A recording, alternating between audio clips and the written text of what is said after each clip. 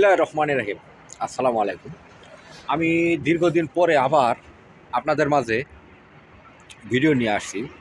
যে কারণে আসছি, আমি আপনাদেরকে বলছিলাম আমি যখন বাংলাদেশে ছিলাম যে আমি কিভাবে সৌদি আরব আসি, কি ভিসা নিয়ে আসি, কি পরিস্থিতিতে থাকি, এগুলো নিয়ে আলোচনা করার জন্য।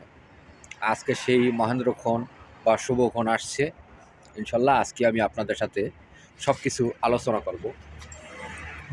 আমি আসছি নভেম্বর মাসে, তারপরে প্রায় এই দীর্ঘ 1 মাস অতিক্রান্ত হলো। আমি বিভিন্ন কোম্পানিতে গিয়েছি, বিভিন্ন জায়গায় গিয়েছি। আসার পরে আমি আসছি ফ্রি ভিসায়। আসার পরে একটি কোম্পানিতে আমি কাজ নিয়েছি। আমি আগেও বলেছি আমি ড্রাইভিং জানি, আমার লাইসেন্স আছে, আমার সৌদির লাইসেন্স আছে। এজন্যই আমি এই ড্রাইভিং ভিসায় আসছি। ড্রাইভিং ভিসা বলতে আমি ফ্রি ভিসায় আসছি। আসার পরে একটি কোম্পানিতে কাফালার জন্য আমি প্রস্তুতি নিয়েছি। এই কোম্পানিটা আমার মনে হয়েছে ভালো, আমি এই কোম্পানিতে কাফেলা হব। এজন্যই সেই কোম্পানির ভিলাই এখন বর্তমানে আছি। আপনারা যারা এই সৌদি আরব আসবেন, যদি আপনি পুরান লোক হন, আগে সৌদি আরব থেকে ঘুরে গিয়েছেন, তবেই আপনি এই ফ্রি ভিসায় আসবেন।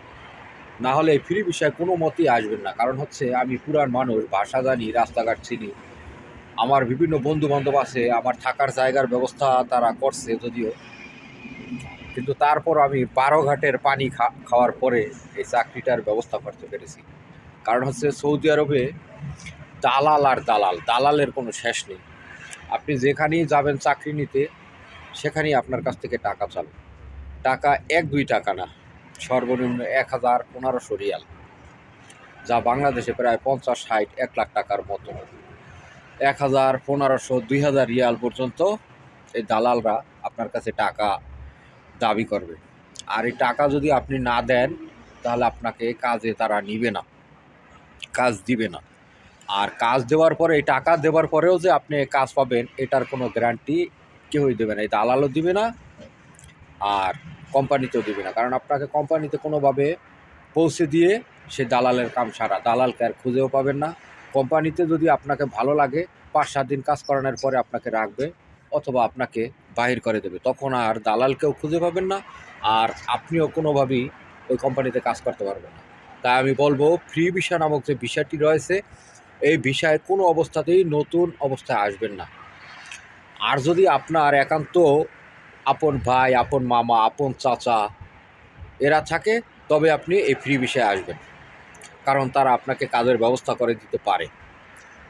অন্যথায় এই দালালের উপর ভরসা করে কোনোভাবেই আসবেন না। আমার চোখের সামনে দেখা দালালের মিষ্টি কথায় অনেক লোক এই প্রবাসে আসার পরে দালাল সেই লোকের ফোন কোনোভাবেই রিসিভই করে না। সৌদি আরব এখানে সেখানে ঘুরে ফিরে তারপরে তাদের জীবন অতিবাহিত হচ্ছে, আমার চোখের সামনে দেখা। আমি তাই বলবো, আপনারা কেউই ফ্রি ভিসায় অপরিচিত লোক অথবা এজেন্সির কথায় কোনোভাবেই আসবেন না। আপনারা যদি পারেন হাউস ড্রাইভিং ভিসায় আসবেন, তাও জেনে শুনি। আর যদি পারেন সরাসরি কোম্পানির ভিসায় আসবেন, তাহলে আপনি ভালো একটা কিছু করতে পারেন। আর এই হাউস ড্রাইভিং ভিসাও আপনি সচরাচর এজেন্সির মাধ্যমে নেবেন না। কারণ হচ্ছে হাউস ড্রাইভিং ভিসাটি নেবেন আপনার পরিচিত কোনো লোক থাকলে তার মাধ্যমেই। কারণ হচ্ছে সৌদি আরব যে সবাই বড় লোক, আমি আগে বলেছি, তা নয়। আবার সবাই যে ভালো তাও নয়, সবাই খারাপ তাও নয়। আপনার যারা ড্রাইভার না পায়, তারাই এজেন্সির কাছে এই ভিসাগুলো দিয়ে দেয়।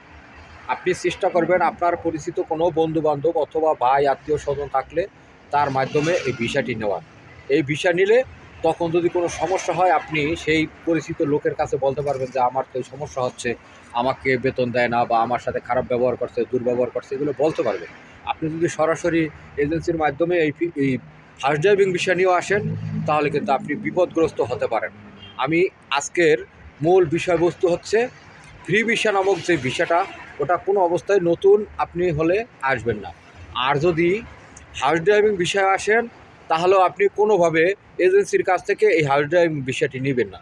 আপনি নেবেন অবশ্যই কোনো পরিচিত লোক অথবা আপনার কোনো নিকটস্থ লোকের কাছ থেকে। সবাই ভালো থাকেন। আমার এই চ্যানেলটির সাথে যারা যুক্ত ফলোয়ার্স, সাপোর্টার্স, আমি সকলকে ধন্যবাদ জানিয়ে আমার ভিডিওটা আজকের মতো এখানে শেষ করছি। সবাই ভালো থাকেন। আসসালামু আলাইকুম।